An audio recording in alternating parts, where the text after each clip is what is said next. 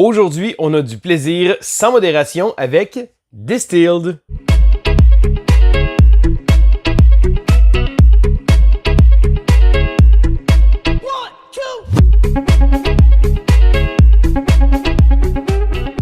Bonjour l'école du jeu, mon nom est Sylvain et je vous présente aujourd'hui le jeu Distilled. Alors Distilled est un jeu de 1 à 5 joueurs d'une durée d'environ 90 minutes. C'est un jeu qui a été designé par Dave Bex et qui a été édité par Paverson Games. Alors, le jeu a été en socio-financement, mais je vous présente la belle version qui est sortie en magasin, qui, je crois, est relativement identique à celle-là qui avait été sur Kickstarter. Bon, bien entendu, sur Kickstarter, il y avait des petits éléments supplémentaires, mais tout ce que vous allez voir ici se trouve être dans la version magasin. Et ça vaut le déplacement. Donc, premièrement, Distilled est un jeu avec un thème où on va devoir faire fermenter des spiritueux, qui est un thème qui est très original parce qu'on n'a pas vu ça souvent. Bon, il y a eu des jeux comme Viticulture qui traitaient un peu plus du vin, mais concernant les spiritueux, c'est pas un thème qu'on voit très souvent. Et pour ma part, je trouvais que c'était un thème très intéressant. Mais on va aller voir les règles, puis après ça, je vais vous donner mon avis. Alors, voici donc Distilled. Alors, avant de vous montrer le jeu, je voulais vous montrer la présentation, la boîte. Donc, premièrement, un petit stop. Et là, il y a beaucoup de monde qui ne savent pas, mais il y a beaucoup de jeux que les punchboards, on les met en dessous complètement de la boîte. Ça aide pour justement qu'elle ferme directement. Donc, là, il y avoir une petite idée comme ça, je trouve ça le fun. Un petit livret, donc guide de découverte. Donc, si jamais on décide de commencer, on veut se faire prendre par la main un peu. Le livret de règles ici comme ça. Mais c'est la présentation et c'est les inserts qui se trouvent être dans la boîte qui sont vraiment impressionnants. Donc, premièrement, ici comme ça, on peut l'enlever, on voit, on a des game trees, mais ce qui est surprenant, c'est que même le premier étage ici comme ça, il y a de la place pour absolument tout. Donc, il y a les médailles comme ça, les différentes pistes, et là, il y a vraiment toutes les choses qu'on a besoin, donc les pads de joueurs. Ça se trouve à être très bien pensé et vraiment bien fait. Donc, les beaux game trays ici, qui aident beaucoup pour la mise en place, parce que là, les différents alcools, on va y avoir accès facilement. Également, ici comme ça, les cubes et l'argent. Et tout au bas, comme ça, ici, bon, on a la piste de points de victoire et on a les cartes qui sont tous bien divisées ici comme ça. Donc, on a vraiment un bel espace et ça fait en sorte que la mise en place est vraiment facile. Alors, le but principal du jeu serait d'acquérir des points de réputation. Et là, on a une petite piste de score ici, vraiment magnifique. Et là-dessus, on va pouvoir monter nos scores et ça va être également le marque-tour. Donc, le jeu vient avec un beau baril aussi qui va servir parce que chaque partie va se faire en 7 manches et on va tenter de devoir fermenter des alcools et de devoir les vendre. En début de partie, chaque joueur va avoir le choix de pouvoir avoir un personnage de départ. Et le personnage de départ va donner quelques petits bonus, donc un bonus qu'il va avoir, mais également la mise en place, et là, les ressources de départ, l'argent, ainsi que l'ingrédient signature ici comme ça. Donc, l'ingrédient signature va être placé à côté de notre plateau de jeu, donc on ne l'a pas encore dans notre possession, il y a des conditions pour pouvoir réussir à l'avoir, mais la carte de base va nous expliquer également la recette signature qui se trouve à être ici sur le livre ou les recettes. On va pouvoir placer notre signature. D'ailleurs, chaque partie va pouvoir être différente parce que cette carte-là va être sélectionnée. Alors, il y a des lettres et là, les joueurs peuvent sélectionner la même. Et ça va être la liste des spiritueux qui vont être à vendre tout au courant de la partie. Donc, le petit tray ici va servir. Et là, ce qu'on va faire, c'est qu'on va choisir les recettes qui ont été sélectionnées et on va en placer une par joueur. Et dans le cas du moonshine et de la vodka, ce sera 2 par joueur qu'on va pouvoir placer justement sur le petit plateau principal. Et là, après avoir sélectionné son personnage, on va pouvoir le placer nos ressources de départ dans le cellier et également prendre un baril et une bouteille, donc un fût en métal qu'on va placer ici dans notre réserve. Chaque joueur va également recevoir 3 cartes objectifs. C'est des cartes qu'il va tenter de faire d'ici la fin de la partie. Et là, la twist, c'est qu'on a 3 objectifs, mais lorsqu'on va dépasser le tour 3, donc lorsqu'on va arriver au tour 4, on va enlever un de nos objectifs. Donc, on va simplement pouvoir en marquer 2 pendant la partie. Les objectifs vont être très variés selon les différentes choses qu'on va faire pendant la partie.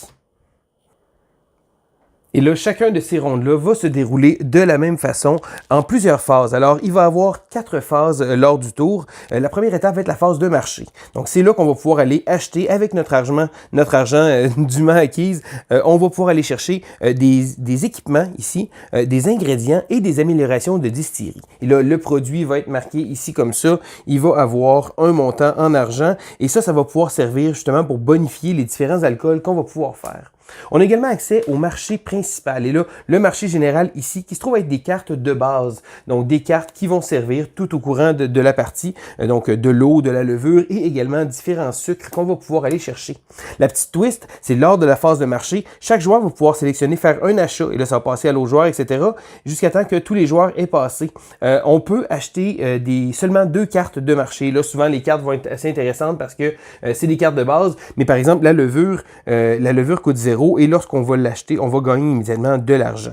Donc, toutes ces ressources-là, ces ingrédients-là vont pouvoir servir dans notre cellier parce que le but va être justement de réussir à pouvoir faire des alcools. Et là, les alcools qu'on va pouvoir faire vont avoir différentes choses. Donc, premièrement, il faut savoir que lorsqu'on va générer un alcool, il va toujours avoir des conditions à respecter, que ce soit un type de sucre à utiliser, un type de récipient, vieillir ou pas. Et là, selon les recettes qui vont avoir été placées, encore une fois, sur la petite carte comme ça, ils vont nous expliquer différentes recettes.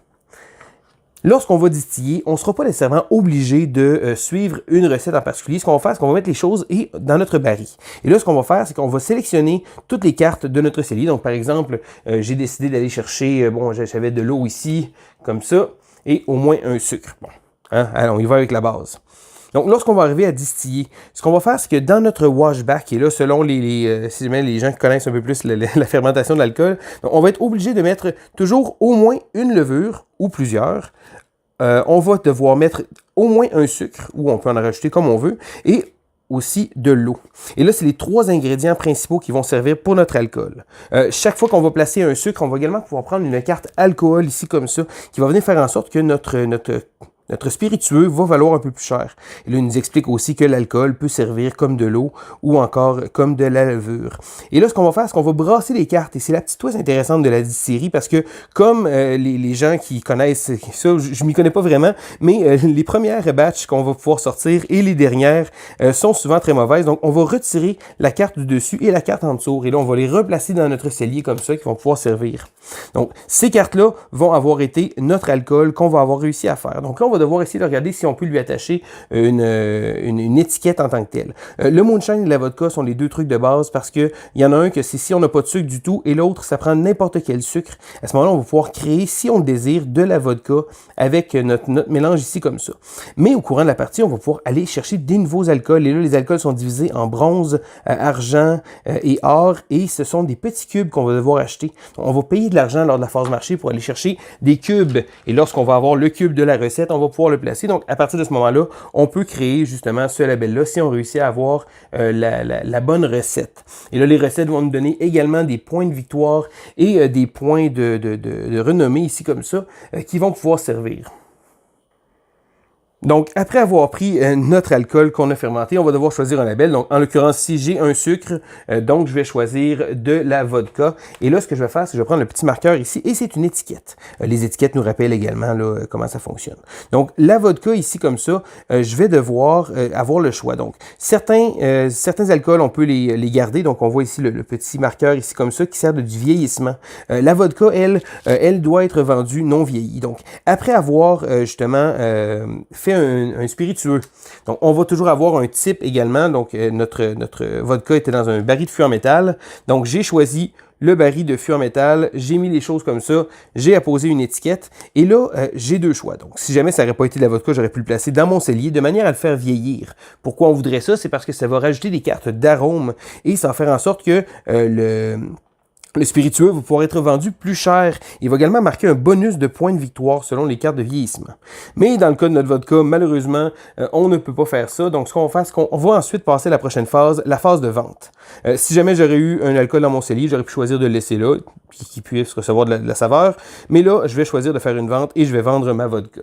Donc, la vodka, ici, on regarde. Donc, elle nous en marque, ça doit donner 1$ plus 2 points de renommée. Et ensuite de ça, on va calculer les bonus. Et là, si on aurait eu des bonus ici comme ça va valoir un peu plus cher, mais on peut aussi avoir éventuellement des bonus qui vont être très intéressants. Donc, des cartes avancées premium qu'on va pouvoir acheter au marché. Et là, ça va nous donner plus d'argent et plus de points de renommée.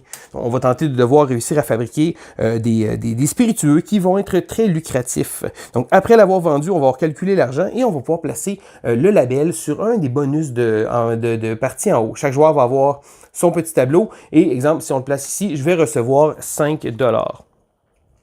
Donc, j'ai réussi à produire une étiquette de vodka et en même temps, je me suis enrichi.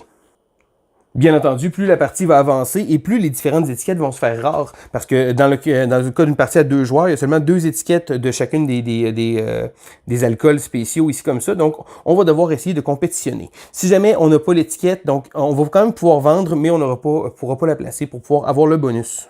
Donc, après avoir vendu notre spiritueux et âgé les spiritueux qui sont conservés, si ça s'applique, on va passer à la fin de la manche. Et c'est là que les petites médailles viennent en ligne de compte. Donc, à la fin de la manche, ce qu'on va faire, c'est que les joueurs vont regarder. Et ça se trouve des objectifs. Donc, des médailles qu'un joueur va pouvoir avoir. Donc, par exemple, ici, être affiné si jamais il réussit à vendre un spiritueux vieilli. Donc, ce qui va se passer, c'est que les joueurs vont pouvoir récolter des médailles qui vont donner un gros bonus de points de victoire.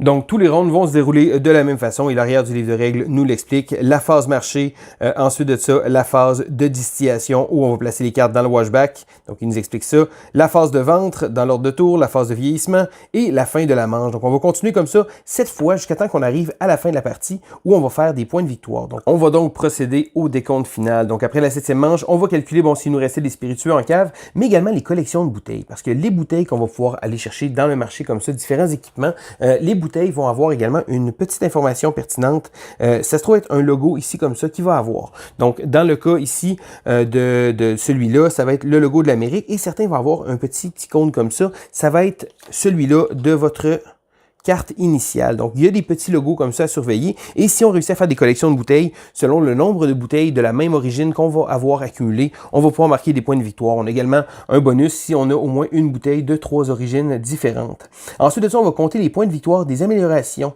de la distillerie. C'est quoi les améliorations? C'est les cartes du marché qu'on peut acheter. Donc, tantôt, je suis passé assez vite parce que je voulais le montrer ici. Donc, on peut les acheter et les placer. Et notre plateau a 3 endroits où on peut placer des améliorations. Donc, on va pouvoir regarder plein de petites choses. On a des spécialistes également, donc des bonus en début. Donc, ajouter une carte ingrédient générique à votre cellier en début de tour.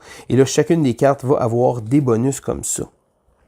Donc, les améliorations vont pouvoir nous permettre de pouvoir nous donner des points de victoire et on va calculer les objectifs de fin de partie qu'on avait sélectionnés. Donc, on en avait 3 au début et on en a sélectionné un à retirer. Et il va en avoir 2 qu'on va faire les points. Et ensuite de ça, l'argent, bon, 5 $ va donner un point de victoire. Le jeu vient également avec un mode solo très intéressant. Donc, le jeu est relativement similaire, mais ce qu'on va faire, c'est qu'on va placer des objectifs comme ça ici. Donc, les joueurs n'auront pas d'objectifs personnels, mais il va avoir des objectifs et selon la difficulté qu'on va pouvoir choisir, donc différentes lettres comme ça. Donc, il nous explique. On va ensuite révéler certains objectifs. Et là, c'est difficile de vous montrer ici, mais on a ici 2 objectifs. Et si on réussit à en compléter un, on va pouvoir révéler les 2 autres objectifs. Donc, on va toujours avancer et on va essayer de cumuler des objectifs. Le but va être de réussir à se rendre de l'autre côté parce que ça va nous donner notre but en points. Donc, par exemple, si j'aurais pris le chemin en passant par ici, j'aurais calculé 11 plus 70. Donc, je dois avoir 81 points pour gagner. Donc, en plus d'être un jeu où on va faire des scores, on a quand même un schéma, un nombre à réussir à avoir. Et là, on va se faire un petit chemin comme ça de différents objectifs, mais le jeu reste sensiblement le même. Et voilà, ça fait le tour de l'aperçu des règles de Distilled. Alors, 2 petites mentions que j'ai passé peut-être un peu rapidement là dans l'explication des règles. Je voulais essayer de passer en revue un grand éventail de règles dans une courte durée. Et des fois, il y a des petites choses qui sortent un peu pas nécessairement de la bonne façon. Donc, premièrement, il y a une chose qui est très importante, c'est que lorsque vous allez brasser, avant de brasser, donc lorsque vous allez préparer votre fermentation, donc vos spiritueux, vous pouvez faire un échange. Donc, les échanges, c'est quoi? C'est que vous pouvez échanger un ingrédient pour un ingrédient de valeur égale ou inférieure. Ça veut dire que si vous avez des sucres, des types de sucres que vous allez pouvoir changer pour d'autres, ou si vous avez des cartes qui sont des cartes avancées, des cartes de luxe, vous pouvez les retourner justement dans la défausse respective pour pouvoir aller chercher une carte de base. Donc, ça va vous permettre de pouvoir avoir plus de contrôle sur ce que vous allez faire. Également, une petite mention concernant les bouteilles. Les bouteilles, lorsque vous allez vendre votre spiritueux, vous allez devoir le jumeler avec une bouteille. Donc, vous avez toujours la bouteille de base qui va toujours revenir dans votre cave, mais vous pouvez avoir des bouteilles un peu exotiques et ces bouteilles-là vont servir donc pour le décompte des points en fin de partie lorsqu'on va calculer les bouteilles de même région et de régions différentes pour avoir des petits bonus. Vous allez compter les bouteilles qui ont servi lors de vos dégustations. Donc, des petits points que je trouvais important de rappeler parce que, bon, des fois, on passe vite à certains éléments de règles et on peut passer à côté de quelques petites choses. Mais à part de ça, qu'est-ce que je pense de Distilled? Alors, comme j'expliquais dans mon introduction, c'est un thème que j'aime beaucoup. Donc, je suis pas un grand consommateur de spiritueux, mais j'ai des amis qui ont déjà brassé leur alcool et je trouve que c'est un procédé très intéressant. Le fait d'avoir pris des liens thématiques par rapport à ça, le fait de brasser sa batch spiritueux, j'ai vraiment trouvé ça super. Et aussi de retirer la première et la dernière carte, parce que lorsque vous faites de l'alcool, le début et la fin, habituellement, sont rejetés. On les utilise pas à cause d'un haut taux de concentration qui peut être en ce cas, ça fait en sorte que thématiquement, ça vient vraiment chercher ça. Et ce qui m'a surpris avec Distilled, c'est que lorsqu'on regarde le jeu, ça peut sembler un peu intimidant. Il y a beaucoup de choses, il y a beaucoup d'éléments, mais au final, c'est un jeu qui est relativement simple. On va passer 7 tours, on va pouvoir fabriquer un alcool par tour, et l'élément de pousse ta chance qui est présent dans le jeu, parce que oui, lorsqu'on brasse notre alcool, on va retirer la première et la dernière carte, ça va faire en sorte que le contenu sera pas nécessairement ce qu'on veut, mais lorsqu'on brasse notre alcool, on n'est pas obligé de décider immédiatement qu'est-ce qu'on va faire. C'est avec le résultat des cartes qu'on va se baser pour pouvoir faire une des recettes, et on n'est jamais mal pris parce qu'on peut toujours brasser du moonshine ou de la vodka, donc c'est des recettes qui sont faciles à faire, une avec sucre et une sans sucre, et sachez que même si les cartes qu'on retire sont l'eau et la levure, c'est toujours possible d'avoir justement d'avoir un alcool fonctionnel. Donc le but, c'est vraiment juste de réussir à faire la recette. Même chose si jamais on n'a pas d'alcool, le livret de règles nous explique même aussi que thématiquement on peut penser que c'est une boisson de faible qualité avec un petit goût plus fruité ou des choses comme ça. Donc le fait de rajouter les cartes d'alcool aussi lorsqu'on va brasser, donc on va être amené à aller chercher beaucoup plus à essayer de vouloir mettre plus de sucre dans sa brassée pour avoir plus de cartes d'alcool, parce que les cartes d'alcool vont servir pour pouvoir faire le décompte de l'argent et des points lorsqu'on va vendre notre alcool, et ça fait en sorte que plus l'alcool est constant et plus l'alcool est fort et plus on va pouvoir retirer de l'argent.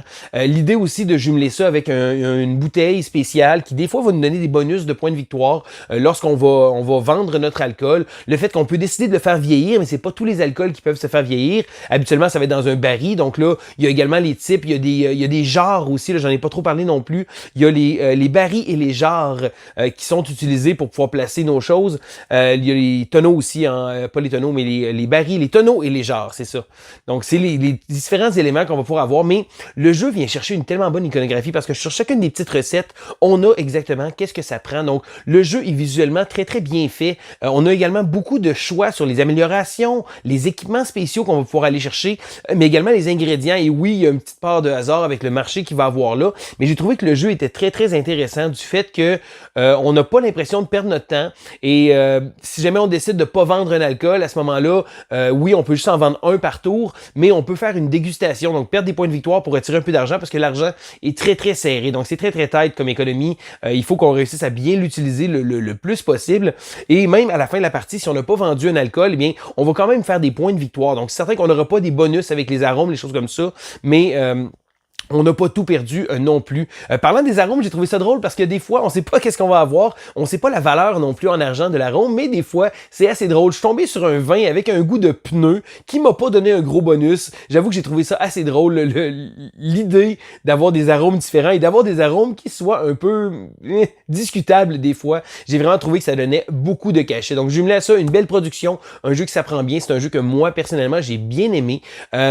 C'est un jeu qui, je crois, gagne à être connu parce que malgré ses airs imposants, comme j'expliquais tantôt, c'est pas un jeu qui est énormément complexe et c'est un jeu qui coule très bien. Pun intended.